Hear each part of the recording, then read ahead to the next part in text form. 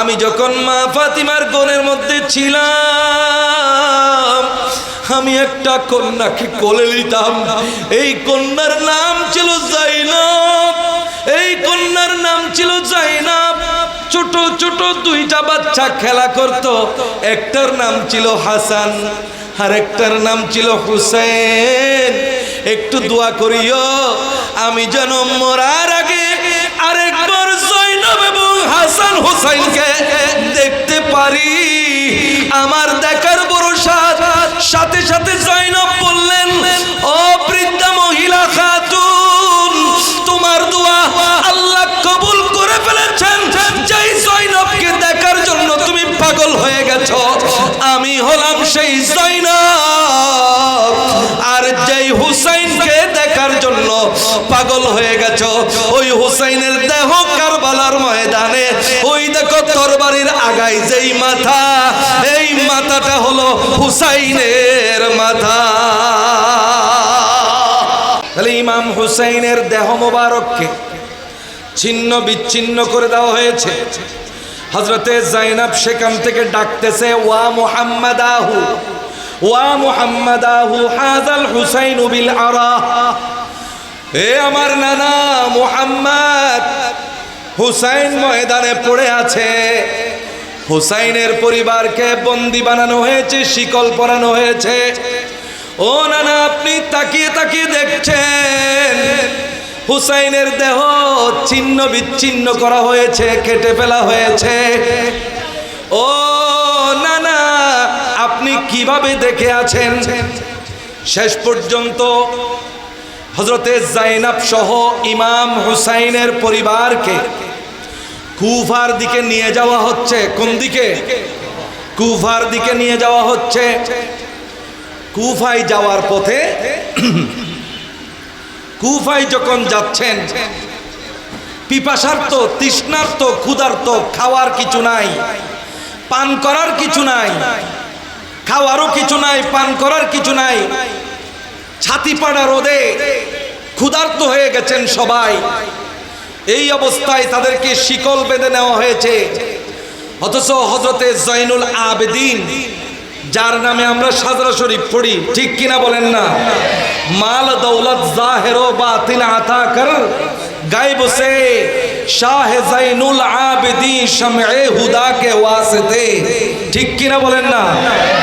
মাল দৌলত জাহির ও বাতিন আতা কর গায়ব সে শাহ জয়নুল আবিদিন শমএ হুদা কে ওয়াসিতে।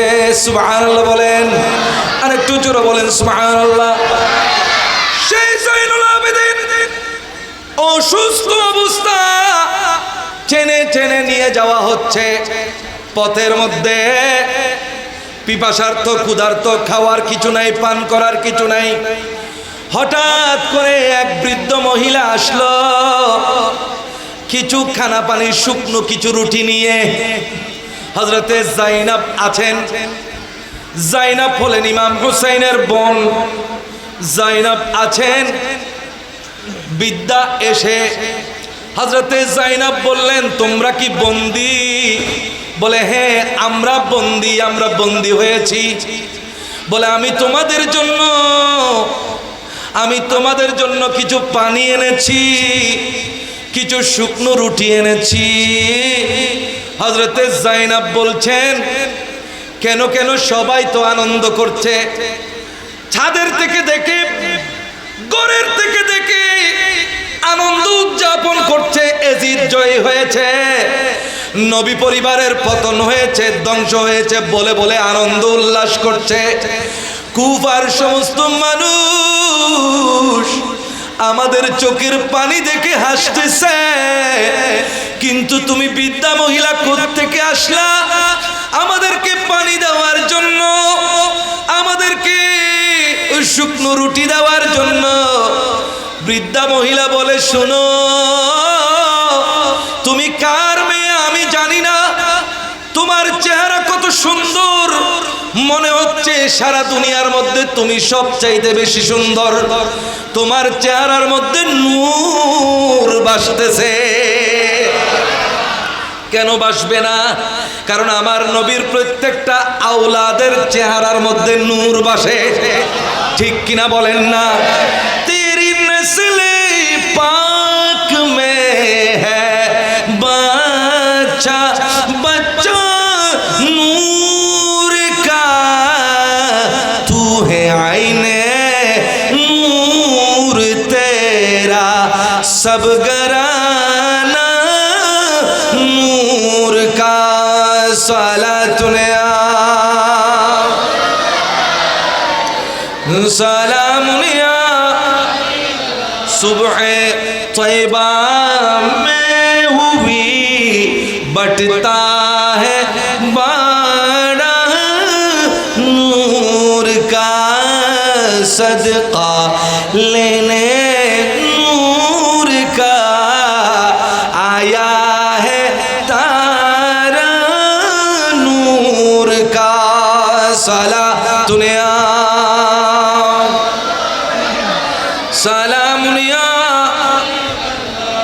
ও যুবতী, সুন্দরী যুবতী, নূরানি চেহারার মহিলা, শুনো শুনো, আমি এক সময় নবীর কন্যা ফাতেমাতুজ জাহরার ঘরের মধ্যে খাদেমা হিসেবে ছিলাম, চাকরানী হিসেবে ছিলাম।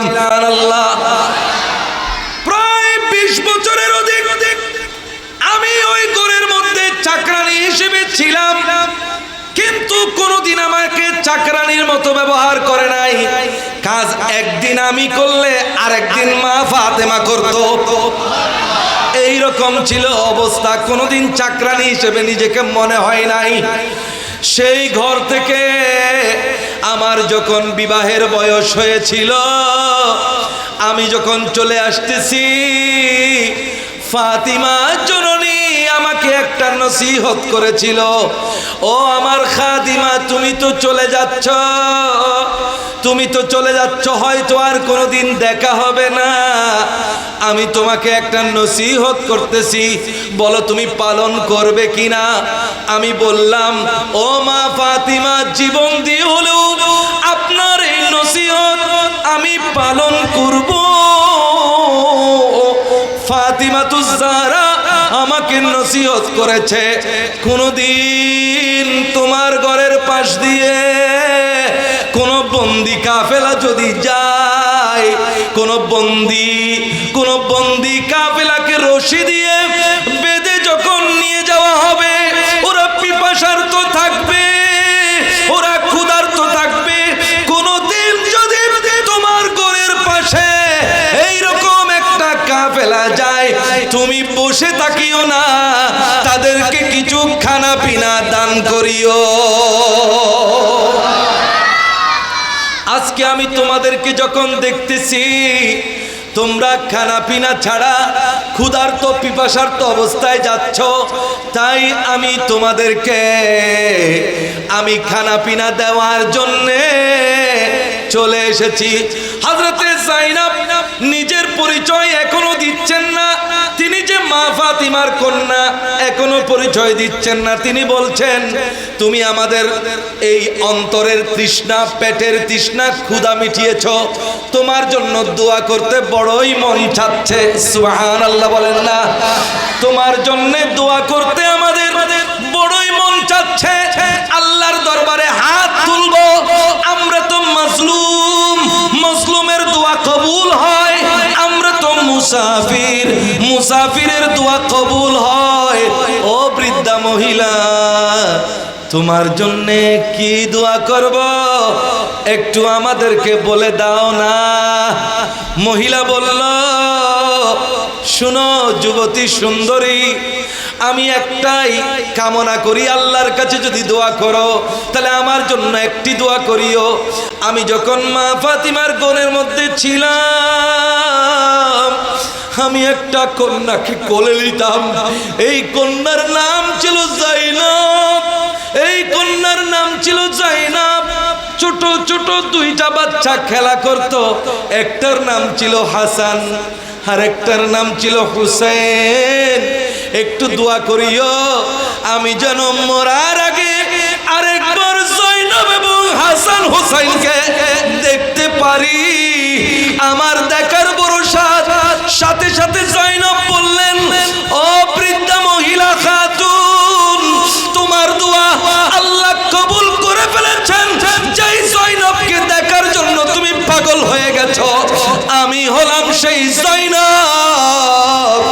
আর যেই হুসাইনকে দেখার জন্য পাগল হয়ে গেছো, ওই হুসাইনের দেহ কারবালার ময়দানে, ওই দেখো তরবারির আগায় যেই মাথা, এই মাথাটা হলো হুসাইনের মাথা। সালাম শহীদান, সালাম শহীদান, সালাম শহীদান, সালাম শহীদান। বুকের খুনে রাঙায়েছ, বুকের রক্তে রাঙায়েছ কারবালা ময়দান। সালাম শহীদান, সালাম শহীদান।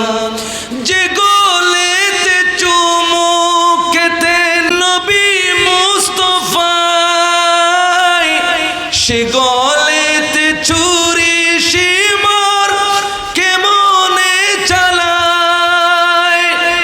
আহলে বায়তের কথা বলে যে কোরআন, আহলে বায়তের কথা বলে যে কোরআন। সালাম শহীদান, সালাম শহীদান। মুহাব্বতের কথা সবাই বলে, কিন্তু কুরবানি সবাই দিতে পারে না, ঠিক কিনা বলেন? মুহাব্বত কা দাওয়া তু আসা হে করনা, है मुश्किल मगर नज्मे उल्फत में मरना। मोहब्बत का दावा तू आसा है करना, है मुश्किल मगर नज्मे उल्फत में मरना। हुसैन इब्न हैदर की मानिंद यारो, हुसैन इब्न हैदर की मानिंद यारो। मुहब्बत में सर को कटा कर तो देखो, रसूल खुदा की गुलामी में क्या है, रसूल खुदा की गुलामी में क्या है। जरा तुम गुलामी में आकर तो देखो, गुलामी ये है बादशाही से बेहतर, गुलामी ये है बादशाही से बेहतर। इधर आओ किस्मत जगा कर तो देखो, सलातुन या सलामुन या। दौड़ी दिए टानते टानते इमाम हुसैনের মাথা পুরো কুফা নগরীর মানুষকে দেখানো হলো, খুশি উদযাপন করা হলো যে হুসাইনকে হত্যা করেছি, নবীর নাতিকে হত্যা করেছি। এটা উৎসবের ব্যাপার, এটা খুশির ব্যাপার, এটা বিজয়ের ব্যাপার বলে উৎসব করা হলো, স্লোগান দেওয়া হলো। আল্লাহু আকবরের স্লোগান দিয়ে আল্লাহু আকবরকেই হত্যা করা হলো, ঠিক কিনা বলেন না? আল্লাহু আকবরের স্লোগান দিয়ে তাহলিলকে হত্যা করা হলো, তাকবীরকে হত্যা করা হলো। এই যুগের মধ্যেও এইরকম মানুষ পাবেন আল্লাহু আকবরের স্লোগান দেয় কিন্তু ইসলামকে গোড়া থেকে কেটে দেয়, আছে নাকি নাই? আমাদেরকে সঠিক আল্লাহ এবং রাসূলের পথে চলার তৌফিক দান করুন। এখানে আল্লাহু আকবার মানে আমি বলেছি এই তাকবীরের স্লোগান, এই তাকবীরের স্লোগান, এই আল্লাহু আকবারের স্লোগান, এই আল্লাহু আকবারের দাবি, এই ইসলাম, এটাকে ধ্বংস করার জন্য যুগে যুগে একদল মুনাফিক রেডি হয়ে আছে, ঠিক কিনা?